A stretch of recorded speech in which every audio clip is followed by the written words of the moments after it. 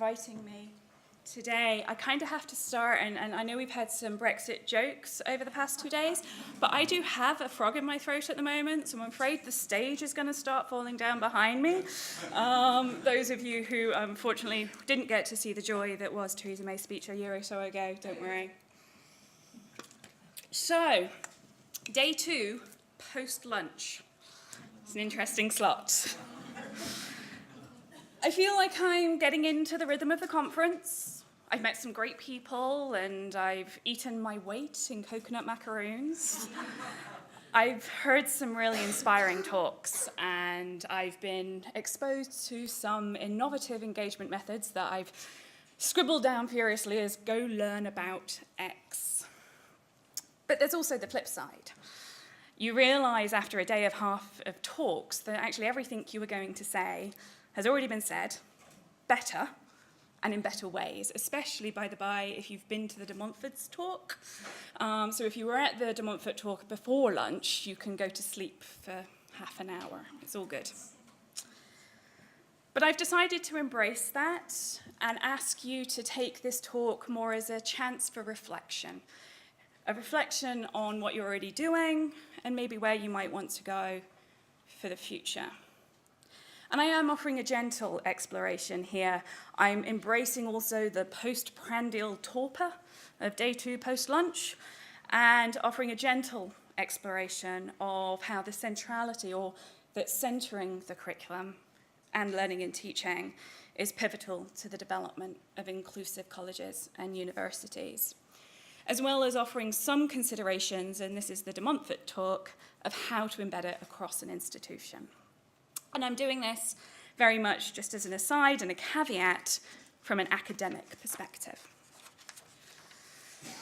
To begin, though, I'd like to offer 3 anecdotes.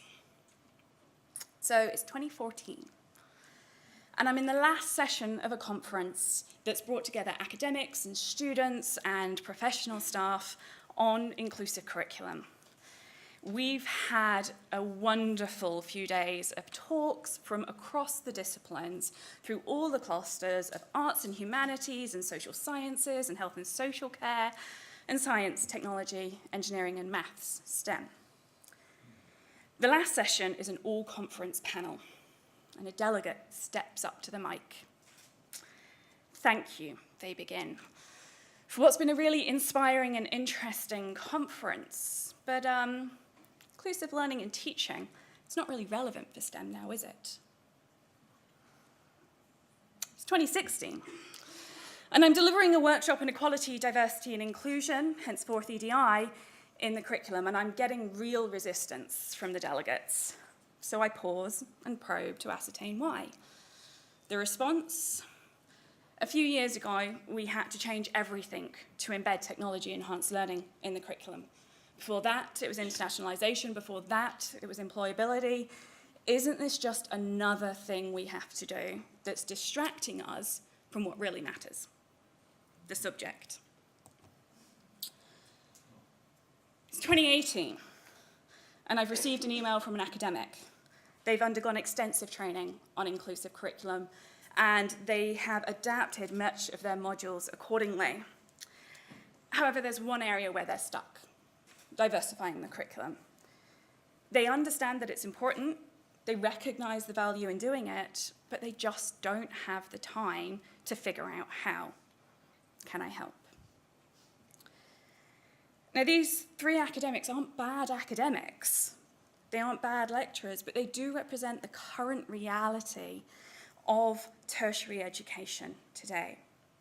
We're all working in very highly pressurized environments with increasing and conflicting demands and priorities, and it can be difficult sometimes to recognize the importance of an inclusive curriculum, and even when we do recognize the importance, to find the time to implement it. So too often it does become seen as just another thing to do, resulting in implementation being inconsistent and piecemeal and reliant on lecturer goodwill and interest.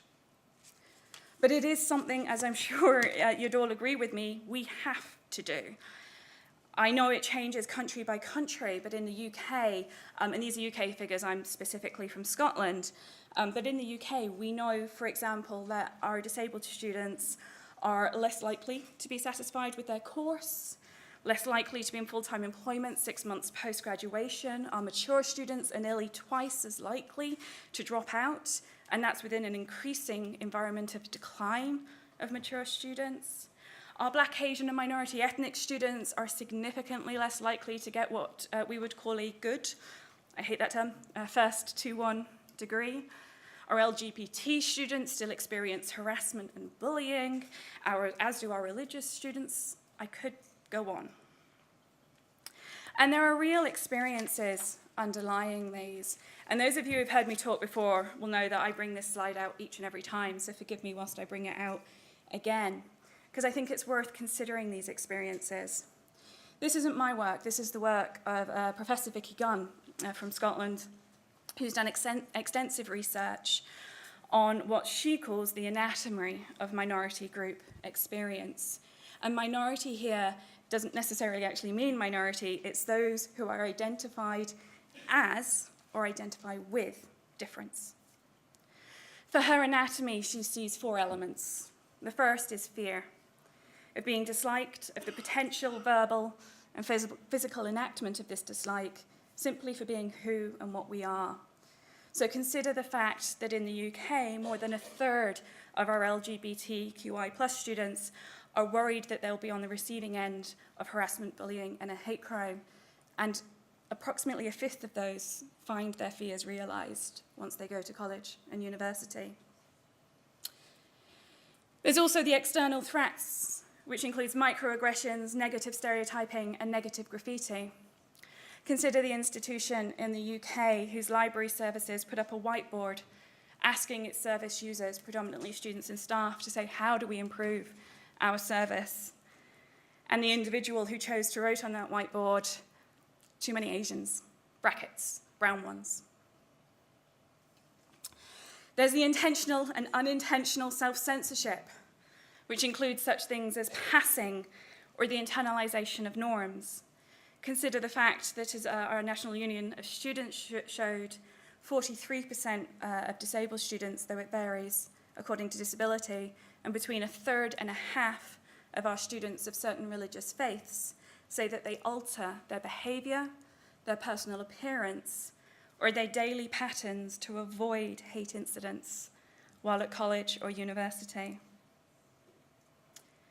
And fear of invisibility, owing to not seeing ourselves reflected or represented in staff and student cohorts or disciplinary cultures or the curriculum. Consider University College London's wonderful campaign. Have a look at the video if you haven't already. Why is my curriculum white? This experiential context can lead to a range of reactions, from alienation and self-disqualification to advocacy for change and resistance. I think of the Rhodes campaign in South Africa and in England, and also to assimilation to the norm. But whatever the reaction, it's notable that it leads itself to an overall disengagement and lack of belonging. And we know from our research in the sector that belonging correlates to experience and outcomes. Sorry. Now, admittedly, this anatomy of experience is influenced by whole institutional cultures, and we need to approach it from an institutional perspective.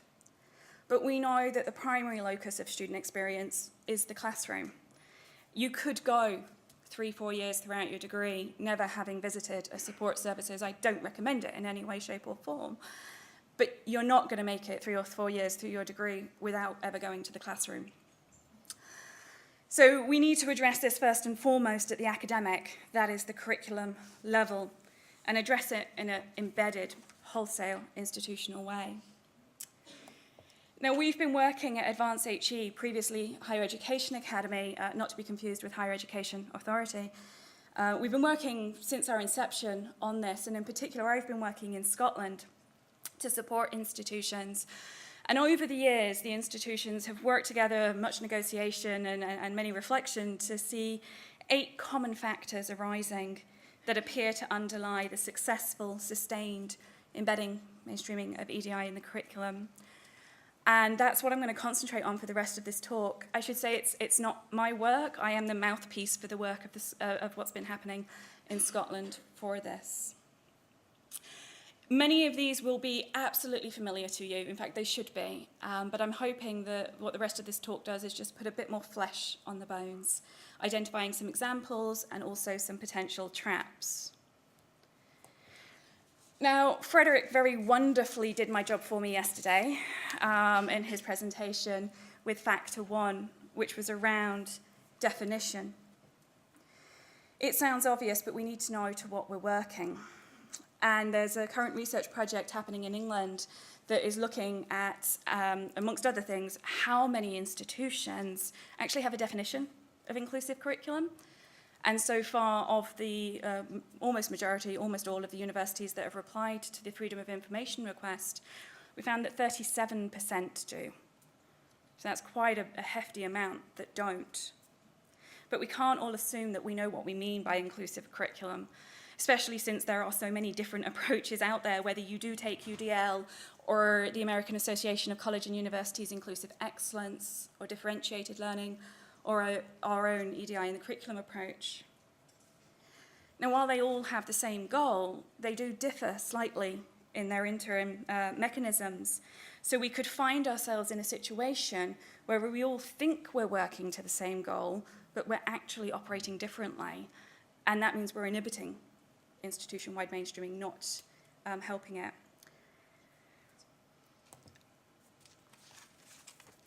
Having an agreed and institution-specific definition, though, doesn't mean there's no flexibility. So I want to take the advanced HE approach as an example. Now, our approach suggests that there are 4 elements to inclusive curriculum. That we interrogate pedagogic norms to ensure accessibility, interrogating what, how, and the environment in which we teach to consider who we might be excluding and adapting accordingly. That we teach to nurture belonging and engagement, creating environments to support belonging, but in particular, underlying this, working with students as partners in their learning experience. That we interact with diversity, creating practices and environments in which students and staff are exposed to and tasked with better understanding different ways of being, knowing, thinking, and doing. And that we encourage and practice self-reflection, in particular on our own part, to understand how our backgrounds and biases impact on what we're teaching, but also supporting students to do the same. Now, these are 4 quite broad aims. So although we have a definition to which we can all work in this instance, the key here is that it must be flexible and can be accomplished in different ways according to the subject, the student, and the lecturer. And I've found, and again I say this as an academic, that often too rigid an approach will make us run away. It will cause resistance.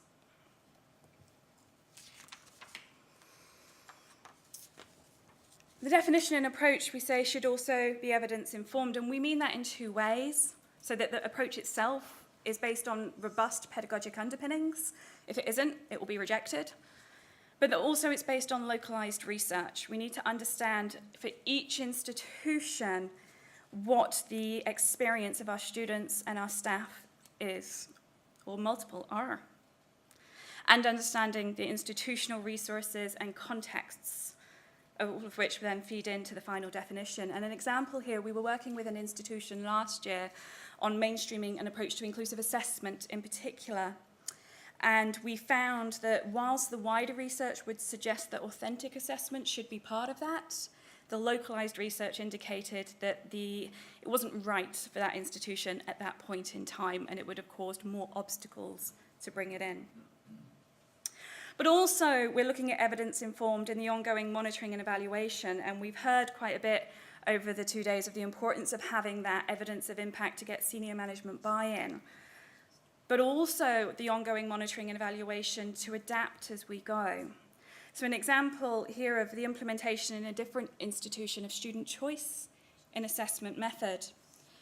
The staff found that it wasn't having an impact and students weren't choosing alternative assessment mechanisms. But because they'd put monitoring and evaluation in place ongoing from the beginning, rather than saying it doesn't work, let's not do it, they realized why it wasn't working. And that was because they didn't have the scaffolded, structured support, both in the staff and students, in order to be able to step out of their comfort zone. They integrated it, and it worked perfectly, actually. A definition, no matter how evidence-informed, can be overwhelming.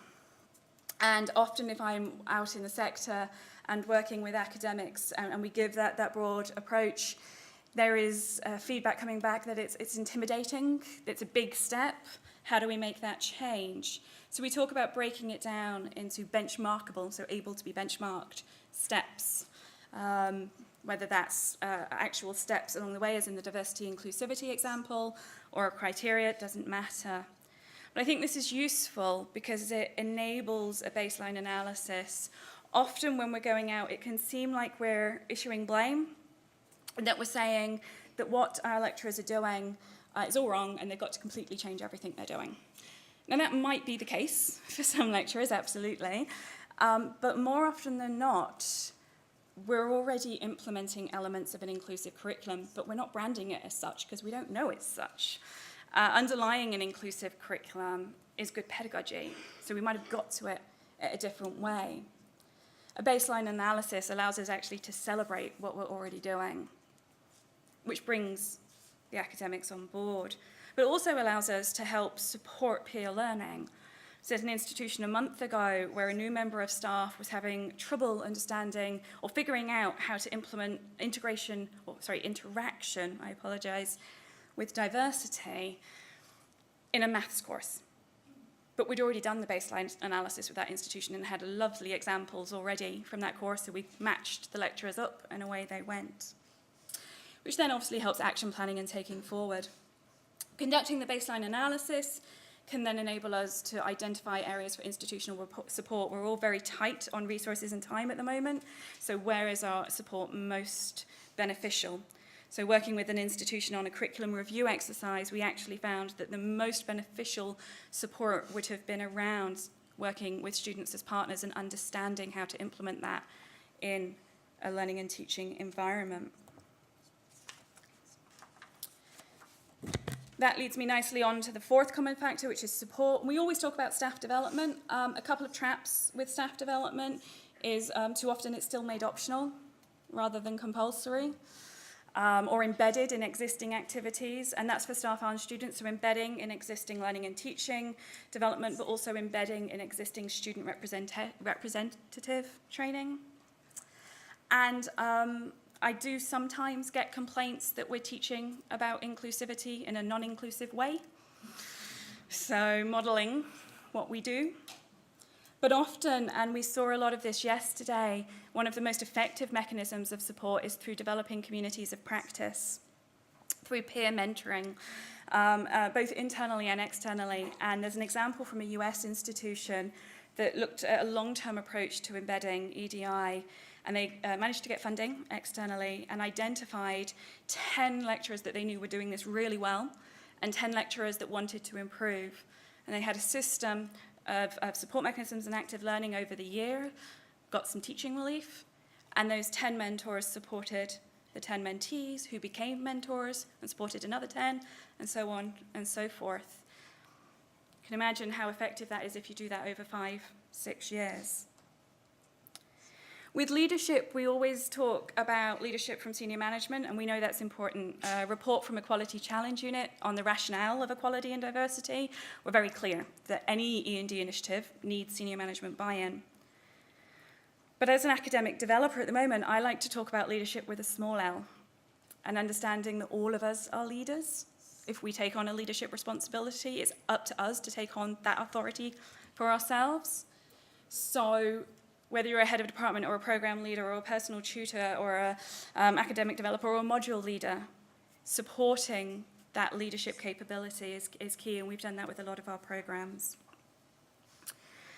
Cross-unit collaboration, we're looking there, and we've heard a lot about this, working professional services and academic services and QA, etc., all working together with students at the heart. In particular, we found that we need to get our quality assurance people on board. And I don't mean on board as buying in, I mean on board as in being involved in what we're doing, because too often they're used as an excuse. Our quality assurance team wouldn't let us do this. Our quality assurance team are people. And actually, one of the key projects we've done at an institution a couple of years ago, we found that we had to do a myth-busting exercise about what was and was not possible in quality assurance. And it had one of the biggest impacts that I've seen elsewhere. But also externally, and De Montfort talked about this really well before the lunch, working with our accredited bodies. Again, they tend to be used as an excuse. Our Nursing and Midwifery Council or our Institute of Physics wouldn't let us do this. They say otherwise. But again, they're people. And actually, the Open University is currently doing a research project with accredited bodies, and they're finding most of them, admittedly not all, and I'm not going to name names, but most of them want to adapt and change to be more inclusive, and they're just looking for help. The next two are a little boring, so I'm going to go over them very quickly. Strategically aligned makes sense, embedded in strategies and policies. If you can, get them embedded in your overall institutional strategic plan, because that will release resource. But in particular here, I want to talk about alignment. I find that our learning and teaching strategies and our widening access strategies and our estates and our procurement don't talk to each other. So we're all operating differently, and we've seen that quite clearly in the UK, and I'm sure elsewhere, in relation to widening access and learning and teaching. A big momentum in the UK to widen access to universities and colleges, which has been very successful, but only a few universities and colleges, I would say, then looked at the learning and teaching aspect. It wasn't there, it wasn't aligned to originally, and so now what we found is whilst we've widened access, we've also increased dropout. So we need to speak to each other in relation to that. Oops, sorry. Structurally embedded, again, go through very quickly looking at the time. Again, this makes sense, embedding in HR processes, but I would encourage you to think about what a small change can mean. So there was an institution in Scotland who changed their job description for their academics from must have a commitment to equality and diversity to must have evidenced commitment to equality and diversity.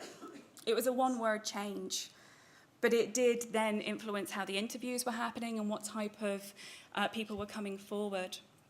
We're not very good at the moment, or at least in the institutions I work with, in asking our lecturing staff when they're coming in, rather than doing a research presentation, to do a teaching demonstration.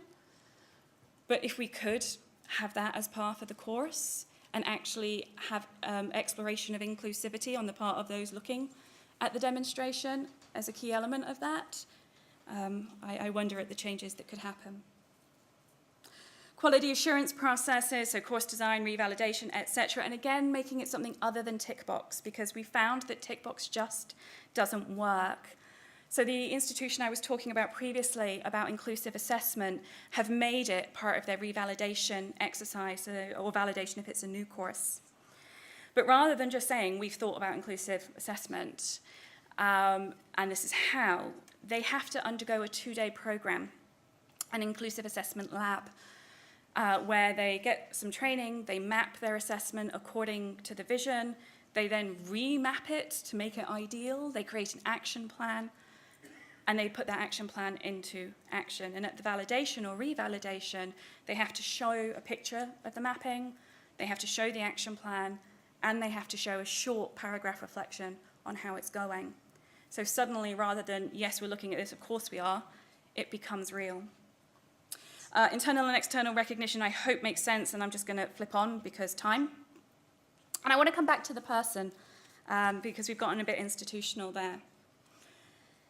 Personalisation is working with our staff to tap into their motivation, and in some ways our annual personal development review processes should allow for this, where manager and staff sit together and understand how they relate to inclusive curriculum, what motivates them, and finding that key to make it work. So it might be that that motivation is around graduate skills, or it might be that it's around leadership or pedagogic research, or it might be that it is genuinely around inclusivity, but that's not always the case. It's us having to find that motivation factor.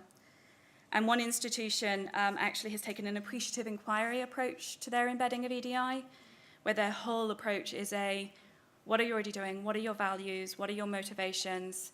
And how can we get you to where both you want to be and where we need to be? And talking about values.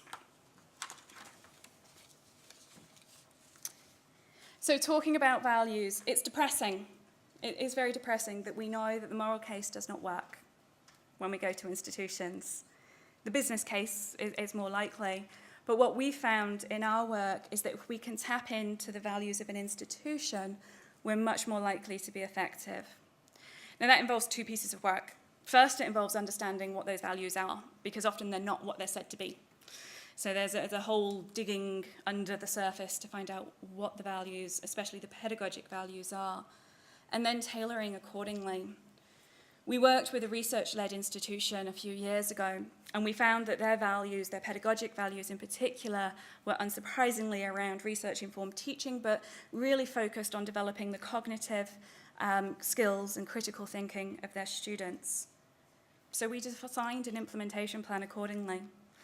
We focused on interacting with diversity as an element of inclusive curriculum, which has been shown to improve cognitive skills. We looked at accessibility in relation to readiness and expectations in student-led research. We were explicit about the research base of nurturing belonging and engagement, etc. It was still inclusive curriculum, but it was operating from a place of wanting to address the values of that institution and so making it more effective. Okay. If we're taking the journey to Oz metaphor, these 8 common factors could be said to pave the yellow brick road. I think we've hammered this in. And I'm sure they're not the only ones, and there are likely other factors specific to different situations that must be taken into account, but these are the ones that after, in particular, it was a good 7 years that I was working with the Scottish institutions, that they themselves said, this is what we have found work for us. And in some ways, it's not surprising. Those of you who have a change management background could align this to McKinsey's 7 S's or to the cultural web and fit them in quite nicely. And I have found that a change management approach is often most effective. But I mean, what I hope I've done through the talk is, as I said, to have given a bit more meat to those bones, to give some examples, some traps, to maybe think about where you might want to go next in your institution. But I want to close with a warning. I want to note that we must be careful about seeing that journey as linear. And I know most of us in the room know this, but sometimes it's about communicating it elsewise.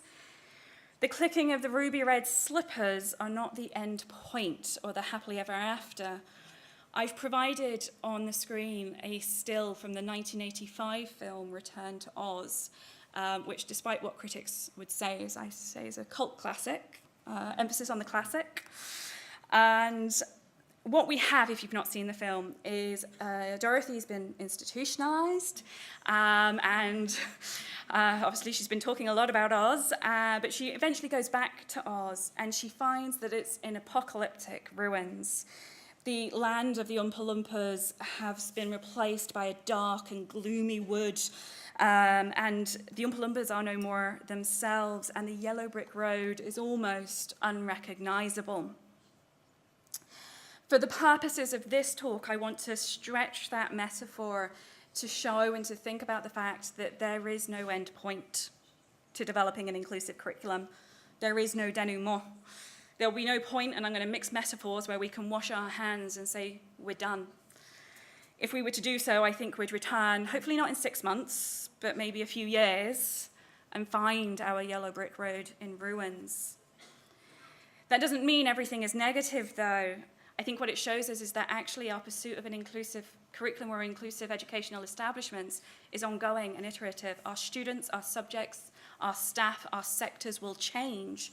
And through ongoing inquiry and iterative adaptation, we can change with it and so be truly inclusive. And I hope that by so doing, we will, yes, naturally meet new obstacles and new challenges, but like Dorothy, we could maybe meet new friends, new opportunities, and continue to have new adventures. Thank you.